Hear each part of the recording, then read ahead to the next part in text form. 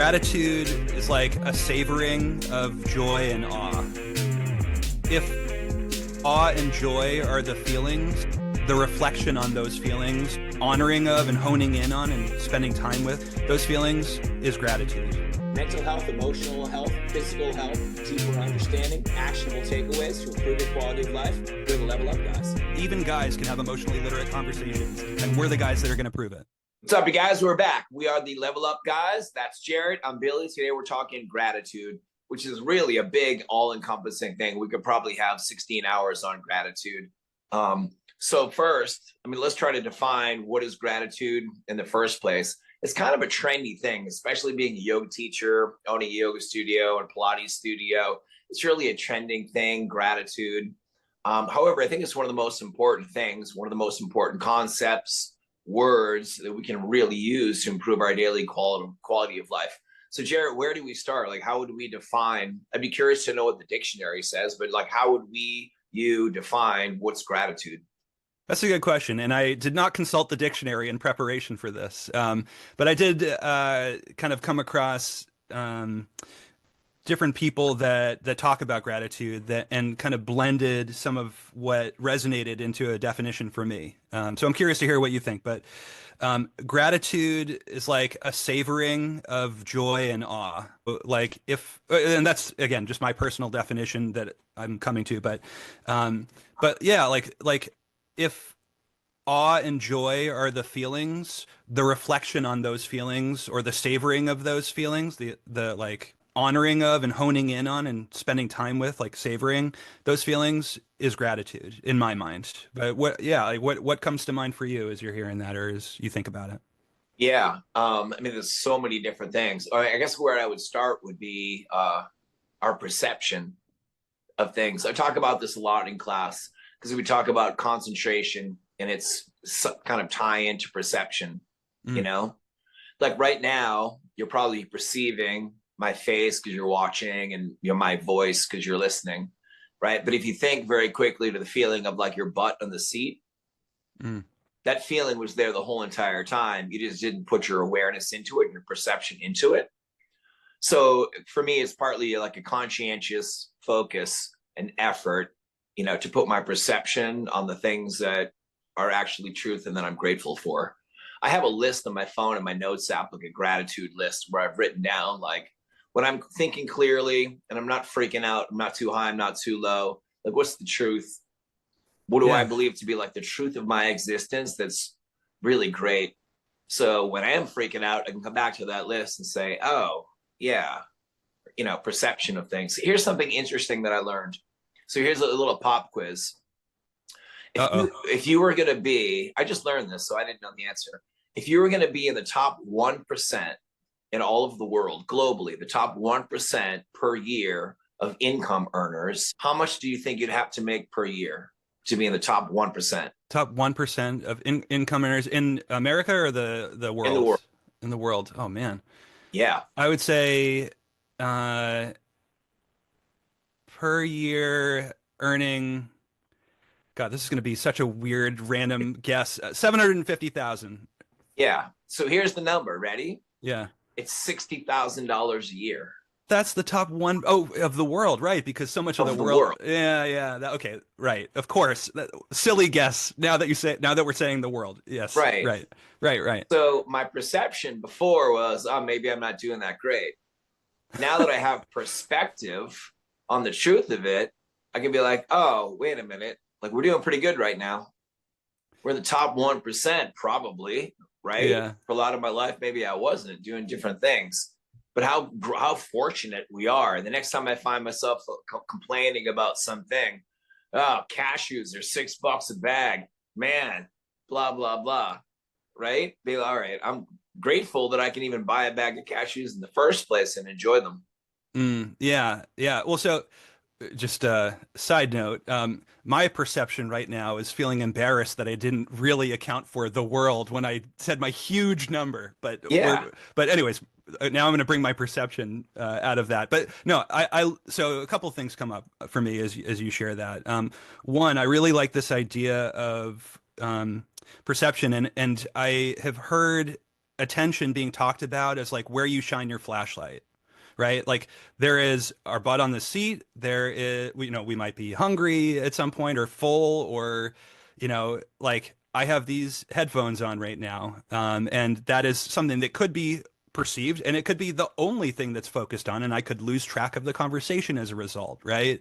But what we choose, we don't always choose what we shine our focus on, but we can, right? And so I really love your I don't remember exactly how you said it, but like the focusing your perception or your attention on what is authentically like present for you, authentically, positive in your life, right? So I really love that. And then as you're talking about as you shift your perspective and gain more information, so this is where for me I get a little things feel a little tricky for me, and uh, because I think as long as there is something, so, and this isn't for your example, but just thematically, uh, where I get tripped up sometimes with gratitude is when it is used as a like as a wall to hold back feelings rather than as a like a container to hold feelings, right? So like I can be pissed off about the price of cashews, right? Even if I can afford them. Now, it's totally appropriate to think like that is a privileged position to to be in and then acknowledging that, but I don't know that I would want to use gratitude necessarily in place of being pissed off that uh, cashews cost a lot, unless it was completely ruining the rest of my day or something like that. So yeah, it always gets tricky for me when I think of like gratitude as a container to hold hard feelings or to hold intense feelings rather than like a wall that might hold them back. Right, right. Yeah. Before my first ayahuasca retreat, I read a great book called The Veil of Perception. Mm. The author's name is Aldous Huxley. Yeah, great He's right. book, deep book. Yeah. Yeah. And he talks about how, as human beings in this reality that we're in, we can only take in so much input, right? So Hmm. we have naturally built in kind of like a regulator valve, like a veil of Yeah. perception. Because if we could see and witness and experience everything, maybe multi-dimensional things, if you want to go that far, we'd be overwhelmed that we couldn't take it. So we have to kind of like pick and choose, even Hmm. sitting here, like I can, the sun is out there and the wind's blowing in, there's a puppy over there, and I can feel there's all of this stuff. When I know that I have to kind of like regulate what I'm doing, be able to focus on you and concentrate on you, all of that stuff. But it's so manageable. I know that I have a tendency, I definitely have a proclivity to gear towards like negative stuff, just Mm. as how my mind works. So I have to continuously bring myself back. And fortunately for me in my career, I get to witness human beings, people coming to my classes on this journey of self improvement. Yeah. Maybe they come in and they're a little bit shy or intimidated. They don't really know what to do. And then a few classes in a few weeks, and suddenly they feel this empowerment. Somebody's losing weight and their knees are not hurting, and they're doing this. And, Yeah. being able to witness other people's successes and other people's journeys fills me with huge gratitude too. Mm. Partially that I can hold the space for them to do that, partially because, I have the modalities, the style of yoga and Pilates that really resonates with most people to be able to find that transformation, Yeah. but also just being able to sit back and perceive and witness that, gives me good perspective. If I'm living relatively pain free, I can go for a walk and my knees don't hurt, my back doesn't hurt. This is a big deal. Yeah, right. I mean, I think that's so true because if there is something that somebody is bringing in with them or that they've been carrying around, like whether that's a, chronic pain or, some kind of thought rumination, with them or thought pattern that they have had for a lot of their adult life or whatever, um, to offer just to offer a space where and to offer tools where they get to put that down for a while and to help them be the performer of themselves, right? Like being the thing that facilitates them doing their work, right? Is definitely something that resonates with me being a mental health counselor too, and having, gratitude for when people are really, coming with their stuff and saying like, here's what I know, or willing to, I guess, explore, like, here's what I want to know, here's what I'm noticing, and these are my goals, and then kind of using tools and things like that so that I get to watch their transformation. There's something that is very fulfilling about that. Yeah, it's kind of a unique situation to be in. A couple of days ago, I gave a lecture at the local college, Yeah. UNCW. They had the Cameron Business School. So I was asked to do like an hour presentation on entrepreneurship, small business owner, all of this stuff. And I was kind of thinking about before I went into, so I'm in a service business, but it's a unique type of service business. Like if I was a hairdresser and you came to me, like I would cut your hair. Or if I Mhm. was a mechanic, I'd fix your car. Or if I was a gardener, I'd do your garden for you. Well, if you come to me, I'm just going to tell you what to do. I can't do it for you. Right. It's actually an endeavor where, like, I'm going to read you a roadmap, and it's up to you to do it. Like if you came to me and I was a hairdresser and I said, "All right, Jarrett, you take the scissors in your left hand and the comb in your right hand," and I'm like showing it, and you're doing it. Right. Right. There's a huge reflection on someone's, sense of empowerment. Watching them do that, like, makes one feel great. Yeah. When Yeah. if I get a haircut, I didn't do anything. I just paid for the service. I didn't really, if I give myself a great haircut, I'd be like, let's go. Yeah. That's true, right? So, um, yeah, there's something about like helping others feel grateful for themselves in the work too, I think, right? Like because they're the ones doing the work. Right. So it's like, maybe they surprise themselves. Oh, wow, I didn't know that I had this in me, or I didn't know that I could, make it to the end of this thing, or strain, not strain, but like push myself in this way and kind of demonstrate grit and perseverance and come out of that with more confidence. There is then that they end up, I think, having maybe some gratitude for the you know for you or I or the person who's supporting them, facilitating it, but they also come out with this gratitude for themselves of like, I did that, wow, like thank you self, right? Like thank you self for learning this about you. Right. Yeah. Right. And also being able to be around, like, when I'm not taking class and when I'm not teaching class, I'm taking class. Hmm. So when I'm in a group of people of all shapes and sizes and levels of ability or lack thereof and all different ages, and I'm with everybody, you know, and I'm grateful for the experience in the space, but also really grateful that, I have an opportunity to do this as a career, and it's Mm. built in that I'm focusing on, like, strength and flexibility and mobility and concentration and determination, all of these things. Yeah. Because I'm 50 years old, and I'll see people who, What? No, I know, no, no. You look like 39. right? It's the background. No, but I'll see, like, people that I grew up with who are my age that, maybe weren't so fortunate. Maybe they ended up, doing a career they didn't love so much, or stressed out for whatever reasons, had some unfortunate illness or something that happened beyond their control, you know. And I think too, a big part of gratitude is going through really hard times, which I have, you had, Mm. everybody has, and coming out the other side of it. And these are things, that maybe tried to, like, take us out and they couldn't take us out. And we look back and say, wow, it's always a nicer, like, today's a beautiful sunny day and it's warm out. Well, it's Hmm. been rainy and cold. So today's like a little bit more beautiful than tomorrow might be, even if it's the same, because we're coming out of, like, the slump. Mm. We're in a really good Yeah. spot saying, oh, and it was cold and rainy. Now it's beautiful. If it was beautiful every day, you wouldn't be so grateful for a beautiful day.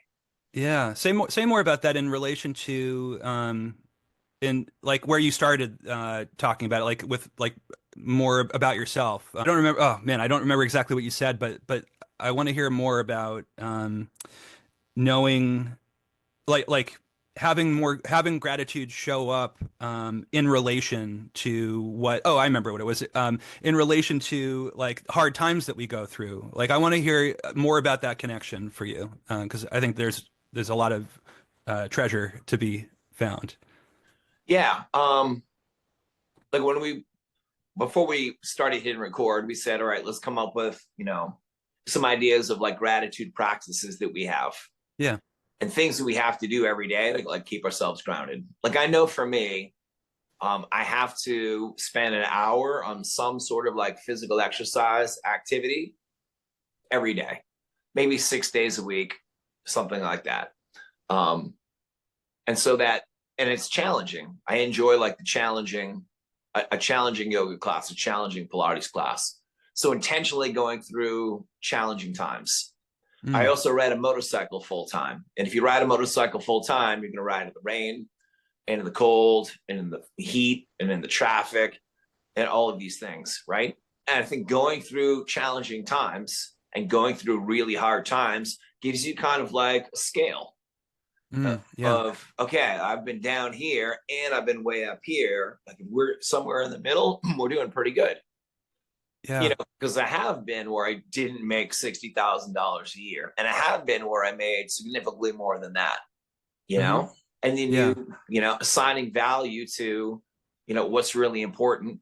Can there be like lessons learned from hard times? It's not easy when you're in the hard time. That's when I go back to my gratitude list when all hell's Yeah. breaking loose, and read what I know because I might be freaking out and it keeps me grounded. Yeah. Yeah, but I'm a big believer in doing you know safe, challenging things to make ourselves a little bit uncomfortable, so that we gain resilience in hard times and Mm. perspective and gratitude. Another thing that's really helped me personally is travel. Mm. Um, you know, Yeah. Well, if yeah. you Before you go into that, I want to hear about that. But the intentionally challenging yourself, right? That strikes me as a takeaway strategy for people who are wanting to level up. And like if some people will take a at the end of their shower in the morning, will go like 30 seconds freezing cold, right? And not only does that have like benefits for your body physiology and stuff like that, um, but the next like your body just moves into the world with like an I did that mentality, right? And physicality. And so the things that come up during the day, or even people that like exercise in the morning or exercise, at some point, it's like, anything for the rest of the day is gravy. Like I have worked hard today. I can feel good about that. And I can feel grateful for having um, the wherewithal to kind of to put myself in that position. And yeah, so I really like that. And it helps balance that, how we might compare the quality of our lives or of the things that we do or whatever. Um, yeah, great. All right, so I want to hear about travel. Yeah, I'm one of those people that ends the shower with cold. I do that thing. And it goes like this.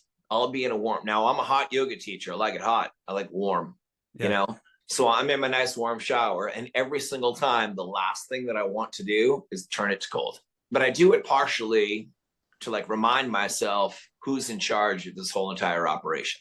Because my Mm. body says no. Like I know that I'm not going to die. Nothing bad has happened, but my body's saying no. And I want to remind myself that my brain is in charge. Mm-hmm. My brain is in charge. Yes, physically, I'm going to have a dopamine release. It's really good for heat shock proteins, a lot of positive benefits to cold. For me, it's primarily saying, all right, I'm doing an intentionally challenging thing. So I remember Yeah. like who's the boss of the operation, Mm. right? Yeah. Who's in charge of the thing. Right. And who's in charge of where the flashlight of perception can shine, Right. right? Like also, Yep. like that's kind of yeah, like another way to show yourself like I'm the boss of this. I get to decide where my perception goes or what challenges I'm going to put myself through, things like that. Yeah. Cool. Yeah. Yeah. And Yeah. there's some self-talk that goes along, with it. I oftentimes, especially in like a Pilates class, if we're doing like 8 rounds of push-ups or 8 rounds of something like, and I like to challenge myself, I'll have a little self-talk under my breath. It's out loud. And sometimes probably people hear me and they think I'm crazy. But, I'll be like, let's go, old man. Let's go, Mm. old man. Mm. Last summer when I turned 50, I started saying, let's go 50. I'll even be Yeah. like, let's go 50. Nobody knows what I'm talking about, like in class. But in my mind, I'm like, let's push through this. You can do this. Yeah. Right? I before we go into travel, so yeah, so I similarly done have periods of cold shower or like cold end of the shower and try to push myself like to up to 2 minutes or so. But it's something that I haven't done in a while, and I really love the framework that you're bringing to it. So I'm committing to the audience. The next shower I take is none of you will be there, but the next shower that I take is going to end with at least, let's say, 30 seconds of cold. I'm going to start there and maybe I'll get up to the 2 minutes, but yeah. Yeah. Yeah. I mean, partially for me, if you spend some time doing something like voluntarily challenging, Yeah. physically challenging, things that happen later on in that day seem far less challenging because you've already been through this. I've already been through this thing. I've already like kind of pushed myself. I've kind of like grounded my brain in a sense of empowerment and strength and gratitude. Hey, I have clean water coming out of the shower. Hey, it can be hot or cold. Hey, I can turn Mm. it off wherever I want. You Yeah. know, Right. I'm choosing to do this thing. Yeah. Man, we keep putting off the travel thing, but another thing that's coming to mind is, and so this is not for me. A lot of people have said this in a variety of ways, but uh, the way to create a ritual, and including like a gratitude ritual, is to add purposeful mindset to a routine. So like routine plus meaning equals ritual. And the reason that I'm really enjoying your, I'm the boss framework of a routine of taking cold showers is because I actually think that adding that mindset and meaning really appeals to me and is going to make me more likely to start it back up again. So I just Yeah. wanted to highlight that. And just like most things, I mean, the first times are sometimes the most challenging. You know, when you blow up a balloon and the first couple puffs, it takes everything you got. And then Yeah. once you get into it, it gets a little bit easier to blow up the balloon. Like the first couple times are really challenging. The first couple classes, the first couple runs, the first couple of like fat, whatever you're doing. Yeah. But then you get in the zone and you're just like, this is just what I'm doing. At Yeah. first you kind of have to find the motivation to do it. Hmm. And then it turns into just the discipline of this is what we do. This is what I'm doing today. Yeah. Yeah. Yeah. We'll have to do another episode on routine and habit building at some Yeah. point. Yeah. Yeah. Yeah. It's a great idea. Cool. Yeah. So travel, I get a, as you know, I was a traveling yoga teacher for a number of years. That's what brought me to North Carolina in the first place. Yeah. And being a yoga teacher gave me a lot of opportunities to travel around. And oftentimes, if I would go, actually, most times, if I get an opportunity to go somewhere, I typically will stay like an extra week or 10 days after whatever event that I'm doing. Yeah. More often than not, I'll rent a motorcycle and by myself, like just tour around the country of Yeah. wherever I might be. And that's a wonderful way to get, a touch of reality, perspective, and tremendous gratitude for all the stuff that we have. Mm. If you go to Belize or if you go to Croatia or if you go to anywhere, really, if you go to New Hampshire, it doesn't really matter where you go. I would go to New Hampshire and be like, man, I'm so thankful I can wear my flip flops in January and I don't have to shovel snow anymore. I'm so grateful that I had the opportunity to do this. I'm so grateful they have the opportunity to go to New Hampshire in the first place. Mm. Yeah. It's tricky because the more that you watch social media and engage with that or just witness it, you think that like everybody like hates each other. We're all against each other. But one of my biggest takeaways from travel, it's not like that at all. I Mm. mean, last March, I went to Mexico. Everybody's so friendly, so nice, willing to help you. Last January, I was in Peru. So nice, so friendly. Yeah. I mean, the most dangerous place you could probably go, I don't know, is New York, say like right here. But Right. most people are like really good people, really nice people, willing to help. You can know like 2% of their language and they're grateful that you tried. Yeah. Yeah. Yeah, Yeah. that's, I mean, right, really a really nice expansion of your world, kind of showing that people actually seek to be connected positively, and that's definitely something to be grateful for. Yeah. When Yeah. I was in Croatia, I spent 10 days motorcycling around the country. And the entire country of Croatia is smaller than North Carolina, where I live. Mm. So I could Yeah. see everywhere. Actually went up to Slovenia a little bit and toured around there, which was super fun. Well, in 1995, there was a war there. So a lot of the areas that I went through were still like war torn, not built back up, like buildings Mm. destroyed. And a few months before I visited, there was a big earthquake. Maybe it was like a year before I visited. Mm. And everybody in like the main town, the main village, um, is it Zadar? I think it's no Zagreb. Zagreb. I even rolled my tongue. Zagreb, the I heard main it. city. They didn't have hot water Mm. for like 4 months. The entire city didn't have a hot water for 4 months. So when I'm in the shower and I turn it on cold for like a couple of minutes, they didn't have hot water for 4 months. Right.